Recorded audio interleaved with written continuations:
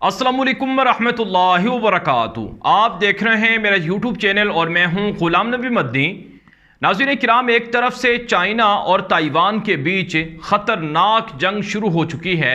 पिछले 3 दिनों से चीनी जहाज़ मुसलसल ताइवान को चारों तरफ से घेरे हुए हैं और ताइवान के करीब समंदर के अंदर मुसलसल बमबारी कर रहे हैं और मिसाइल फायर कर रहे हैं।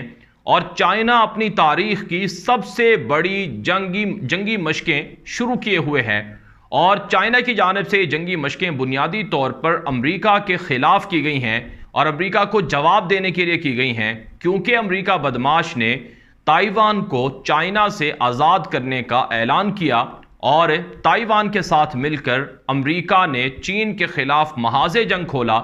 और अमेरिका की जो हाउस स्पीकर थी, कांग्रेस की स्पीकर थी नैन्सी पेलोसी, उसने एक ऐसा मुतनाज़ा दौरा किया जिस पर चीन ने सख्त वार्निंग दी थी और चीनी सदर ने यह कहा था कि अमेरिका, तुम आग से खेल रहे हो, इसके बुरे नताइज से तुम्हें बड़ा नुकसान होगा।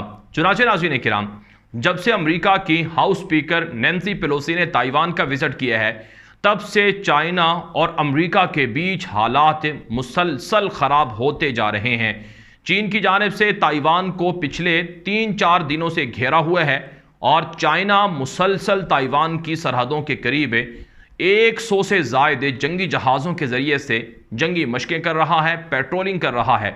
और ये जो जंगी जहाज़ हैं, ये बड़े एडवांस किस्म के जहाज़ हैं और इनके ज़रिए से चाइना बमबारी भी कर रहा है और नए नए मिसाइल भी फायर किए जा रहे हैं। और इन मिसाइलों में से कुछ मिसाइल जापान की समुद्री हदूद में भी गिरे हैं और जापान ने भी प्रोटेस्ट किए हैं।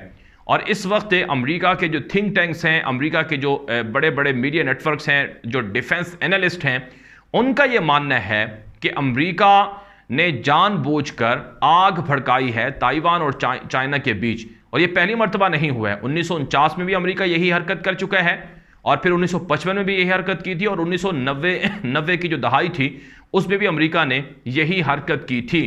तो अब चौथी मर्तबा ताइवान और चाइना के बीच लड़ाई के लिए अमेरिका ने ये हरकतें की हैं, ये साजिशें की हैं। इस पर दुनिया के बड़े बड़े माहिरीन ये कहते हैं कि अब लाज़मन चाइना और ताइवान की जंग होगी और इस जंग में ताइवान हार जाएगा और ताइवान पर मुकम्मल कब्जा चाइना का हो जाएगा। वैसे नाज़रीन इकराम, चीन का दावा यह है कि ताइवान उनका हिस्सा है, उनका लाज़मी जुज़ है। और चीन का मीडिया और चीन की हुकूमत ये दावा करती है कि दुनिया के 160 से ज़ायद ममालिक ने चीन की वन चाइना पॉलिसी की हिमायत की है। चाइना का एक नज़रिया है वन चाइना, जिसके तहत जो चीन के मुख्तलिफ हिस्से हैं, मुख्तलिफ सूबे हैं, मुख्तलिफ स्टेट्स हैं, चाइना क्लेम करता है कि ये सारे के सारे एक ही चाइना के मातहत हैं, एक ही चाइना के अंडर हैं और ये सब के सब वन चाइना, यानी सब के लिए एक ही तरह के कवानीन हैं, सबको एक ही तरह की सकाफत फॉलो करनी है, सबको एक ही तरह के उसूल फॉलो करने हैं। तो चाइना यह दावा करता है कि दुनिया के 160 ममालिक जो दुनिया की 80% आबादी बनते हैं, ये चाइना की वन चाइना पॉलिसी की हिमायत कर रहे हैं और अमेरिका बदमाश ने चाइना की वन चाइना पॉलिसी की खिलाफ वर्जी की है, लिहाजा अमेरिका को इसकी कीमत चुकाना पड़ेगी। चुनाचे नाज़रीन किराम, चाइना ने अमेरिका के साथ हर तरह के फौजी मुज़ाकरात मुलतवी कर दिए हैं। मुख्तलिफ तरह की फौजी मीटिंग्स होती थी, दिफाई उमूर पर, हथियारों के मामलात पर, उनको कैंसिल कर दिया गया है। क्लाइमेट चेंज पर मुख्तलिफ मीटिंग्स होती थी, मुज़ाकरात होते थे, वो कैंसिल कर दिए गए हैं। और तिजारती पाबंदियों के हवाले से मुख्तलिफ तरह की मीटिंग्स थी, वो कैंसिल कर दी गई हैं। तो चाइना और अमेरिका के बीच हालात काफ़ी गंभीर हो चुके हैं, काफ़ी ख़राब हो चुके हैं। चुनाचे जो अमरीकी वज़ीर ख़ारजा एंटोनी ब्लिंकन है, उनका बयान नशर हुआ है कि चाइना गुस्सा कर गया है। चाइना ने जो ताइवान का विजिट किया है नैन्सी पेलोसी ने, उसको दिल पर ले लिया है और उसको देखकर बड़ा सख्त रिएक्शन दिया है, जो कि अच्छा नहीं है। और अमेरिका कोशिश करेगा कि चीन के साथ राबते और ताल्लुकात बहाल करे। बहरहाल नाज़रीन इकराम, एक तरफ से यह ताइवान का इशू है, चाइना और अमेरिका के बाहमी ताल्लुकात का मसला है। अब एक और नया मसला खड़ा हो गया है। नया मसला यह है कि अमेरिका ने भारत के साथ मिलकर चीन के खिलाफ नया महाज़े जंग खोल दिया है। अब भारत भी चीन और अमेरिका की जंग में कूद पड़ा है।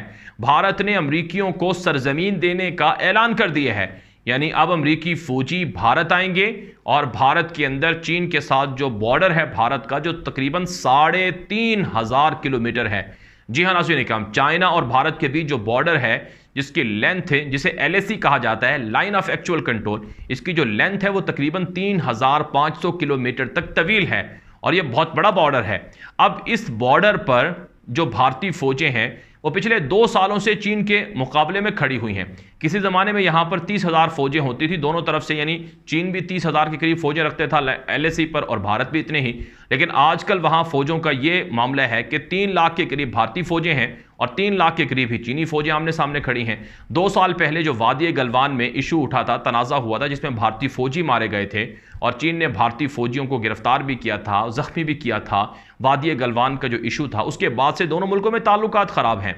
और आप जानते हैं वक्फे वक्फे से खबरें ये भी आती हैं कि चाइना भारत के इलाकों के अंदर घुस गया है। चाइना भारत के इलाकों पर कब्जा करके वहां शहर बसा रहा है, गांव बसा रहा है, सड़कें बना रहा है और ज़ेरे ज़मीन फौजी अड्डे बना रहा है, जंगी जहाज़ों को खड़ा कर रहा है, खुफिया टेक्नोलॉजी लगा रहा है और वक्फे वक्फे से भारतीय फौजियों की वहां हलाकतों की इतलात भी आती रहती हैं। तो चीन और भारत के बीच जो कशीदगी थी, अब इस कशीदगी में अमेरिका भी उतर आया है, अमेरिका भी दाखिल हो गया है।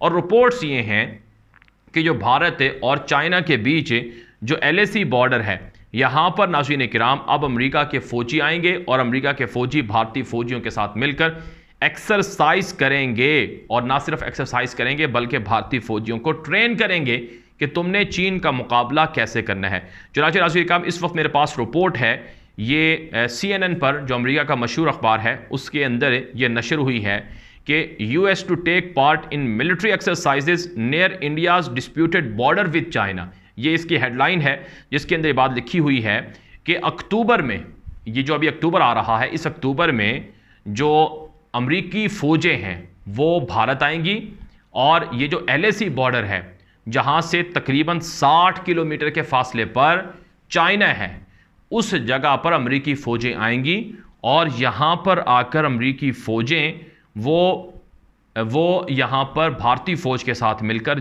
जंगी मशकें करेंगे।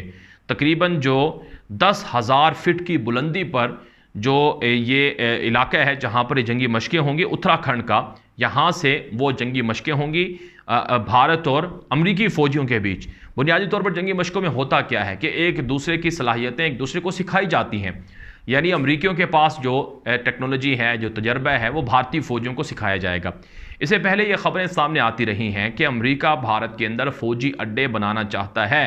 अफ़गानिस्तान से जो अमेरिका को निकाला गया, तो अफ़गानिस्तान से अमेरिका के इनखिला के बाद, यानी अफ़गानिस्तान से अमेरिका के भागने के बाद, शिकस्त खाने के बाद, अमेरिका ने फोकस किया भारत पर। और भारत का भी वो इलाका जो पाकिस्तान के साथ मुंसलिक है, जिसे आज़ाद कश्मीर कहा जाता है, यानी मकबूजा कश्मीर, और इसी तरह से लद्दाख, और ये जो चाइना के साथ मुंसलिका इलाके हैं, इन इलाकों में भारत के अंदर अमेरिका फ़ौजी अड्डे बनाना चाहता है। और अब बाकायदा इसके इशारे मिल रहे हैं कि अमेरिकी फ़ौजी अब चाइना के बॉर्डर पर आ रहे हैं। आज ये चाइना के बॉर्डर पर आकर खड़े होंगे और यहाँ इनको ट्रेनिंग देंगे, यहाँ पर आकर ये क़याम करेंगे। कल को यही अमेरिकी फ़ौजी पाकिस्तान के साथ बॉर्डर पर भी आ सकते हैं। अब नाज़रीन किराम, ज़ाहिर सी बात है, चाइना अमेरिका को कभी भी अपने मुल्क की सरहदों पर कबूल नहीं करेगा, तो इससे हालात और बिगड़ेंगे। हालात इस तरह से बिगड़ेंगे कि चीनी फ़ौजें अब भारत के ख़िलाफ़ मज़ीद एक्शन लेंगी, भारत के ख़िलाफ़ मज़ीद टेक्नोलॉजी का इस्तेमाल करेंगे और भारतीय फ़ौजियों का भुरकस निकालेंगी, भारतीय फ़ौजियों का कीमा निकालेंगी। तो यूँ नाज़रीन किराम, आने वाले दिनों में भारत और चीन के बीच बड़ी ख़तरनाक मुहिम या जंग शुरू हो सकती है, लड़ाई शुरू हो सकती है। और चीन ने वैसे ही अमेरिका को धमकी दे रखी है कि आप ताइवान के मसले पर, यानी अमेरिका चाइना को साउथ चाइना सी के अंदर घेर रहा है, वहाँ पर ताइवान के अंदर जाकर फ़ौजी अड्डे बनाना चाहता है। साउथ चाइना के अंदर जो फ़िलिपाइन और बाकी मुल्क हैं, थाईलैंड वगैरह, उनके अंदर फ़ौजी अड्डे बनाना चाहता है। और अमेरिका का वैसे ही जापान के अंदर फ़ौजी अड्डा है, साउथ कोरिया के अंदर भी कहा जाता है कि फ़ौजी अड्डे हैं, और इसी तरह से अमेरिका ऑस्ट्रेलिया के साथ भी फ़ौजी अड्डे की जो मामलात है वो रखता है। तो अब भारत के अंदर भी अमेरिका के फ़ौजी अड्डे आ रहे हैं। तो इसका मतलब ये है कि चीन के लिए और पाकिस्तान के लिए बड़े ख़तरे की घंटी है। तो चाइना और अमेरिका अब अमलन एक बड़ी जंग के अंदर दाखिल हो रहे हैं और ये जंग दुनिया की तीसरी आलमी जंग है। ये जंग दुनिया के अंदर बड़ी तबाही लाएगी और इस जंग से दुनिया के बहुत से मसाइल बढ़ेंगे। लिहाजा अमेरिका बदमाश जो इंसानियत का कातिल है, जो इंसानियत का खून बहाता है, इसके बारे में चाइना सही कहता है कि ये इंसानों के खून बहाकर अपनी बादशाहत और बालादस्ती कायम रखना चाहता है। लेकिन चीन ने फैसला कर लिया है कि अब की बार अमेरिका के सामने खामोश नहीं रहा जाएगा और अमेरिका से मुकाबला किया जाएगा, लड़ा जाएगा। नाज़रीन किराम, माजी में जब 1954 की बात है, जब ताइवान के मसले पर चाइना ताइवान के ऊपर अटैक कर रहा था, तो अमेरिका ने धमकी दी थी कि हम चाइना पर मिसाइल मार देंगे, एटमी मिसाइल, जिस तरह से हमने हिरोशिमा जापान में मारे थे। तो चीन के पास उस वक्त मिसाइल नहीं होते थे एटमी, तो वो पीछे हट गया था। लेकिन बाद में चीन ने एटमी हथियार बनाए और अब पहले से ज़्यादा स्ट्रॉन्ग हो चुका है अमेरिका के मुकाबले में। तो इसलिए अमेरिका के लिए अब बड़े खतरे की अलामत है, चाइना अमेरिका की बादशाहत को ख़त्म कर रहा है। बारह नाज़रीन किराम, ये वीडियो आम कर दें ताकि मज़ीद लोग मालूमात हासिल कर सकें। अब तक के लिए इतना ही इजाज़त दीजिए। अस्सलामु अलैकुम व रहमतुल्लाहि व बरकातहू।